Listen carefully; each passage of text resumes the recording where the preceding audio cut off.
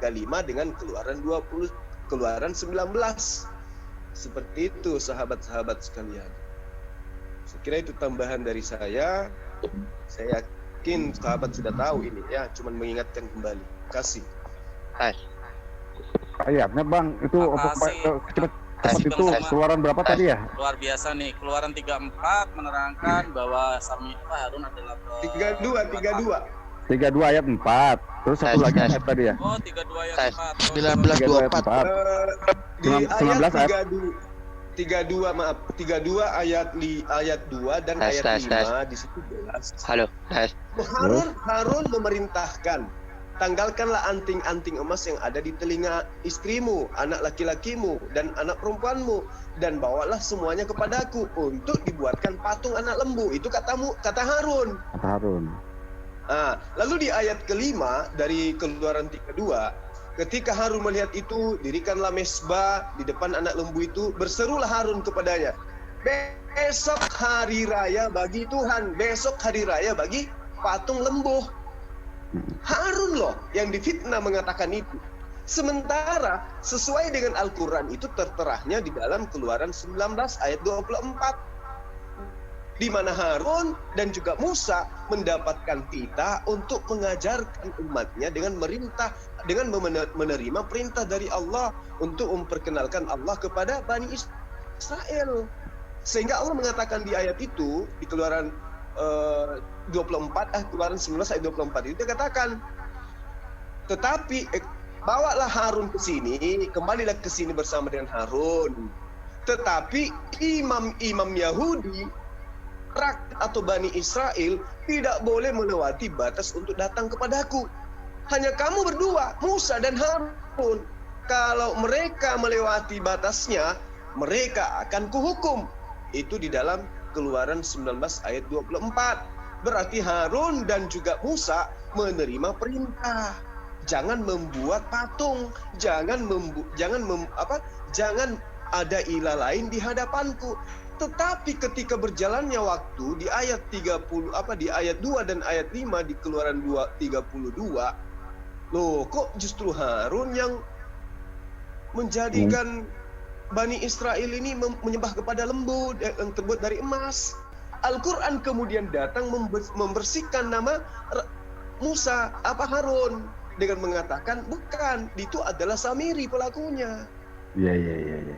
Seperti itu. Tapi dalam Samiri itu dalam kitab Injil itu tidak tertuang ya Bang? Nggak ada ya? Memang di dalam kitab mereka itu tidak ada Samiri memang. Tidak ada ya? Iya. Tapi Adi Reon tadi menarik garisnya kepada Samaria tadi kalau saya baca ya. Soalnya Samaria ada Bang di Hosea. Iya, mengaitkan dengan Samaria, Samiri itu kan sudah puluhan. Kalau Samaria ada di dalam Mas Tata mau berbicara ini. Silakan Mas Tata. Dari tadi tes saja. Silakan Mas Tata. Tes. Enggak nyoba suara ini. Oh. Udah masuk. Masuk kok, masuk. Iya, jadi jadi kalau iya enak udah. Jadi apa yang disampaikan Bang Zul itu cocok dengan yang ditafsir ya. Jadi memang Musa dan kaumnya ini setelah dari Fir'aun itu ya, nanti di perjalanan umatnya itu menemukan suatu kaum yang menyembah berhala. Lalu mereka bertanya, ya Musa, buatkan saya Tuhan seperti mereka. Apa kata Musa? Oh jangan, kamu itu tidak tahu sifat-sifatnya Tuhan gitu. Nanti mereka itu akan dibinasakan. Nah akhirnya Musa diperintah oleh Allah untuk menerima loh lah ya, itu Taurat gitu. Nah ketika kan 40 hari, bahkan dia pamit kepada Harun adiknya, kamu jaga mereka ya, jangan karena memang Musa tahu sifat-sifatnya Israel ini, disuruh jaga, bimbing lah selama saya tidak ada. Ternyata ketika Musa sudah ya ke bukit ya, lalu ketika sampai ditanya oleh Allah di situ di ayat itu, kenapa kamu cepat sekali? Mana kaummu? Oh kaumku akan menyusul. Enggak, kaummu itu disesatkan oleh Samiri gitu loh. Nah makanya faraja'a Musa ila qaumihi Godbana asifa ya. Jadi di situ kembali Musa marah. Wong saya itu bertemu dengan Allah, demi kalian kok kalian marah seperti ini. Bahkan saudaranya Harun dimarah. Kamu gimana kamu itu? Sudah saya pesan ke kamu, jaga mereka. Kamu kan tahu wahai Musa, kata Harun. Mereka ini kaum seperti apa? Ya akhirnya sudah marah banget itu Musa. Ya ini Samiri ini yang buat dari lembu dari emas itu. Nah makanya di tafsir itu dijelaskan. Nah sedangkan mereka ya di kisah di situ Israeliat itu dongeng. Yang mana yang membuat itu Harun katanya. Dijelasin di tafsir itu. Gitu. Jadi benar kata Bang Zul itu. Al-Quran di situ ayat ini meluruskan gitu deh. Nah, Oke, terima kasih. Iya. Terus Samiri ini siapa? Ustaz tak? Keturunan Bani Israel apa bukan? Nah, Samiri itu di kisah itu ya ditinggal Musa ya. Lalu kalau di situ ya kayak nama itu sudah orang. Bahkan kalau di ceritanya itu memang dia yang punya apa? Yang memerintahkan mengumpulkan emas-emas ya. Ya Samiri ini. Gitu.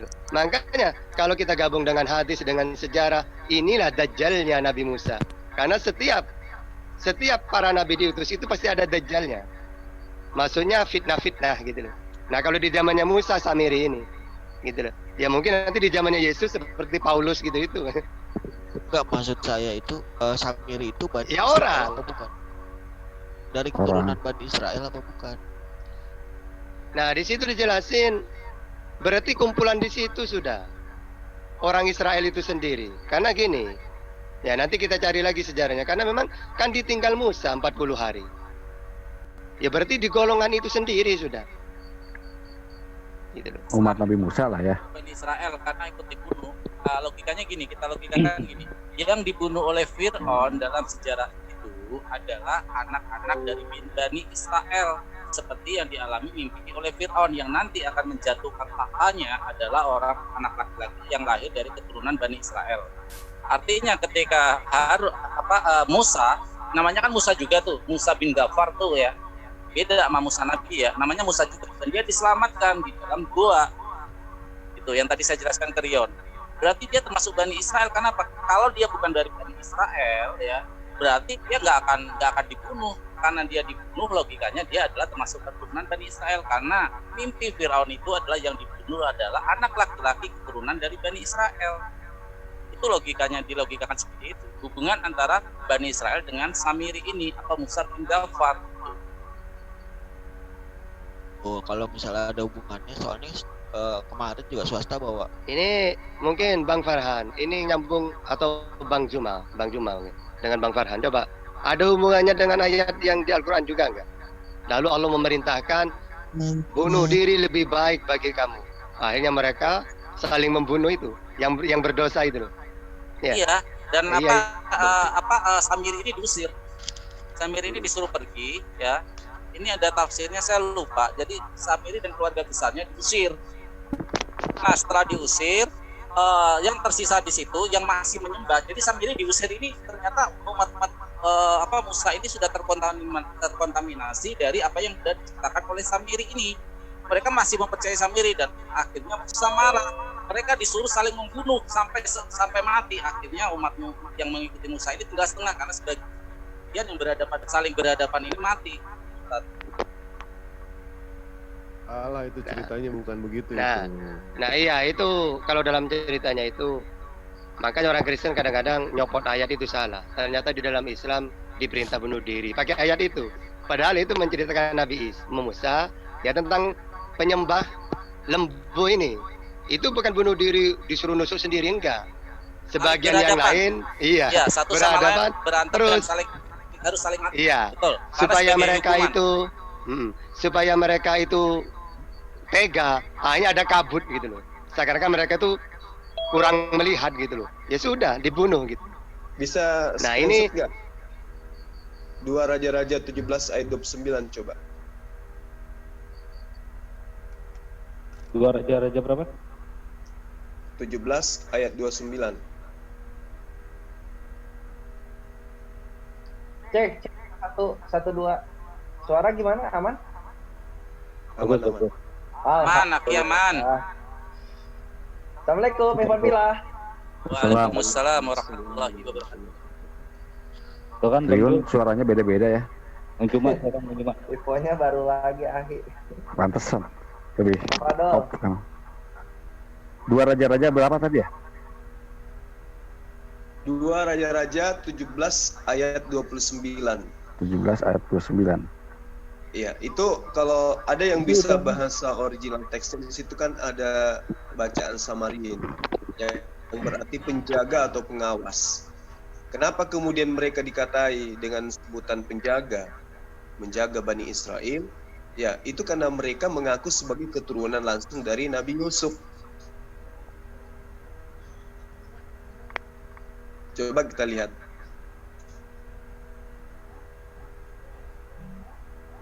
wah ini menjanjikan nih ayat dari Gurunda nih. 2 Raja-Raja berapa Gurunda? 2 Raja-Raja 17 ayat 29. 2 Raja 17 29.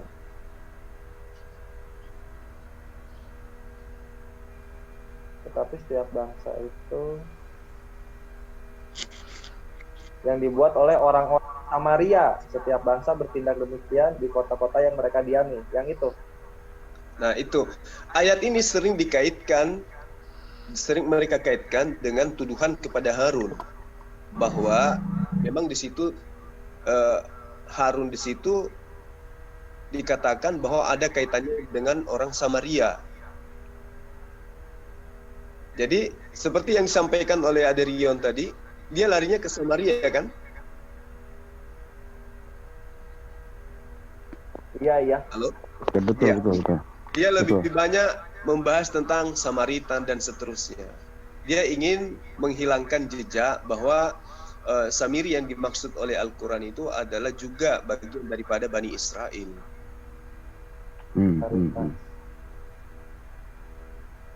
Iya. Seperti itu.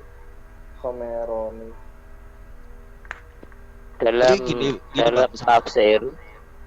tafsir itu Musa Samiri juga akhirnya dikutuk oleh Nabi Musa, itu kemudian akhirnya terasing di tempat yang sangat jauh yang tidak bisa dijangkau oleh manusia.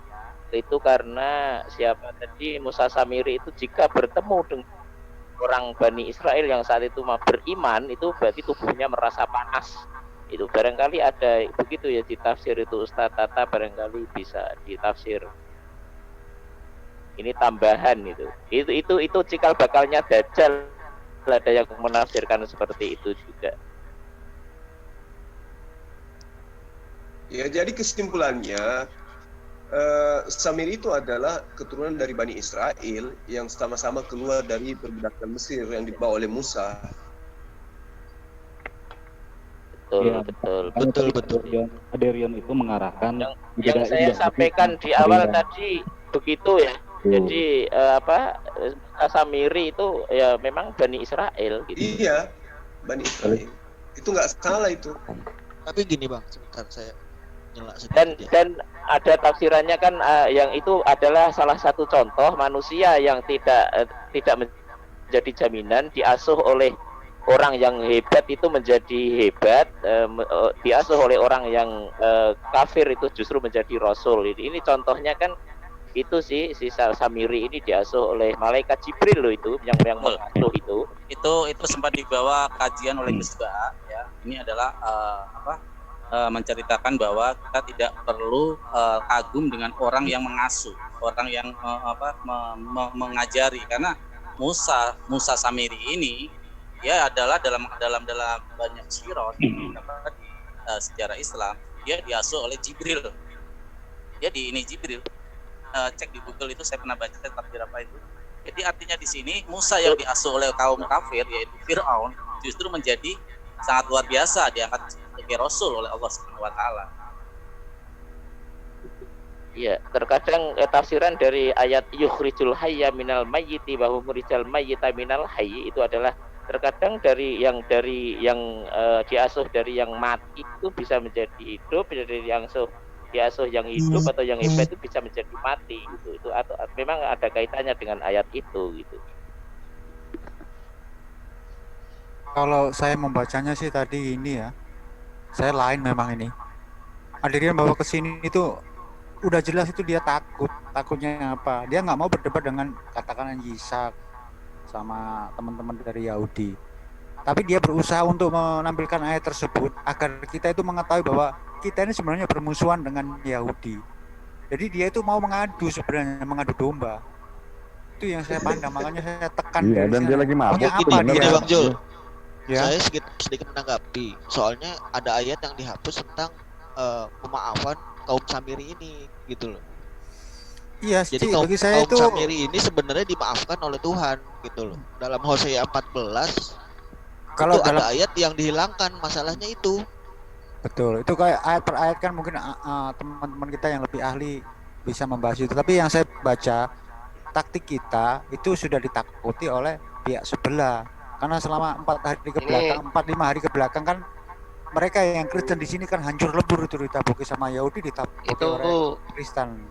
memang di dalam Al-Qur'an ya, di dalam Al-Baqarah ayat 54. Mereka itu bertobat, tapi syaratnya ya dibunuh itu.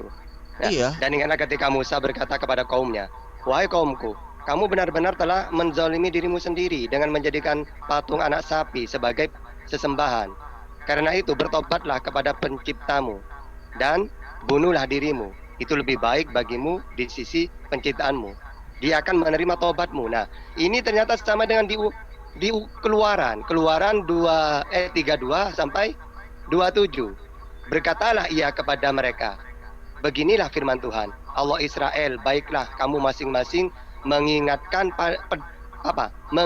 pedangnya pada pinggangnya dan berjalanlah ya kian kemari melalui perkemahan itu dari pintu gerbang ke pintu gerbang, dan biarlah masing-masing membunuh saudaranya." Nah, kan sama kan antara Keluaran dengan Al-Baqarah tadi. Iya bener kata Ustaz Tata. Coba kita buka Hosea 14 deh, ayat 1. Berapa? Hosea 14 ayat 1. Di situ sebenarnya dilompatin. Jadi harusnya Hosea ayat 1 itu dihilangkan dan yang tertulis di LAI itu Hosea ayat 2-nya. Karena Hosea ayat 1-nya saya lihatin sebentar.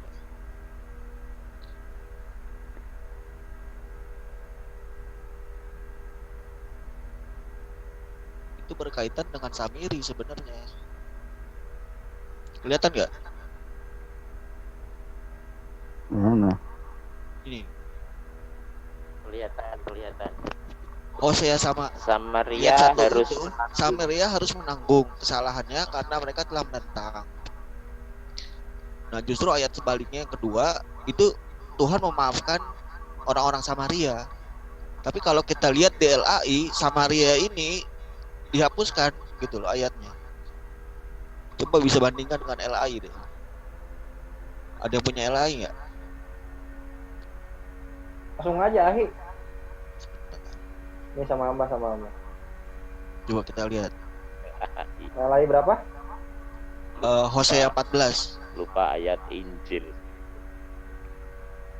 Dan juga itu Mereka lompat loh. lupa ayat Injil. Nah, lihat Hosea ayat 14 itu tidak ada nama-nama Samiri di situ. Satunya Karena ayat kemana ya? itu harusnya, makanya kan ditulis 14:2. Coba di sini. Ada tulisan 14:2 di sampingnya.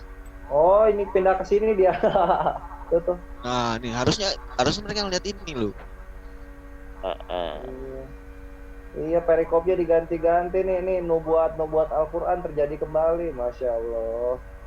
Bahwa sebenarnya Samiri itu sudah dimaafkan gitu loh, kesalahan mereka gitu, dengan pertobatan.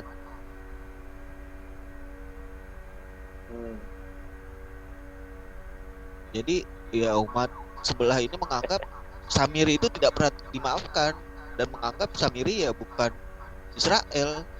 Ini Samiri di Al-Qur'an itu emang kaum, bukan nama orang, Ahi. Samaria itu dari nama kampung itu aslinya itu. Akhirnya kan jadi ini Bang. Akhirnya jadi suatu wilayah gitu setahu saya itu. Iya makanya Di Quran kan kampung cuma jadi nama, wilayah. akhirnya menjadi sebuah wilayah. Awalnya pengikut Samiri berkumpul jadi satu, itu akhirnya menamakan menamakan diri Kampung Samaria. Seperti orang Arab lah, orang Arab di Indonesia di Pekalongan yang menamakan Kampung Arab gitu loh. Oke, berarti adanya Samiri dulu, baru kemudian Samaria gitu ya? Iya, Oke. sejarahnya seperti itu. Kalau yang di Quran ya sebenarnya benar, menangkal subatan bahwa Harun itu yang bersalah gitu. Bahwa bukan Harunlah yang bersalah melainkan Samiri gitu ya. Itu kan awalnya kan Nabi Musa itu kan dipanggil Allah itu kan ke gunung itu kan 30 hari. Kemudian Nabi Musa itu di hari-hari akhir berpuasa itu malah bersiwak gitu loh. Bersiwak itu akhirnya puasanya batal. Akhirnya Allah memperpanjang waktu untuk berpuasa 10 hari lagi. Padahal Nabi Musa sudah berjanji pada kaumnya akan pulang di hari yang ke-30. Nah, akhirnya Musa Samiri membuat ide itu adalah itu Musa nggak bohong, dia mau ketemu Tuhannya. Sampai sekarang nggak ada pulang kan. Tuhanmu itu ada itu di bukit itu. Nah, itu dia sudah posisi, tapi sebelumnya memang sudah mengumpulkan emas-emas dari para situ kaumnya memang untuk membuat patung itu.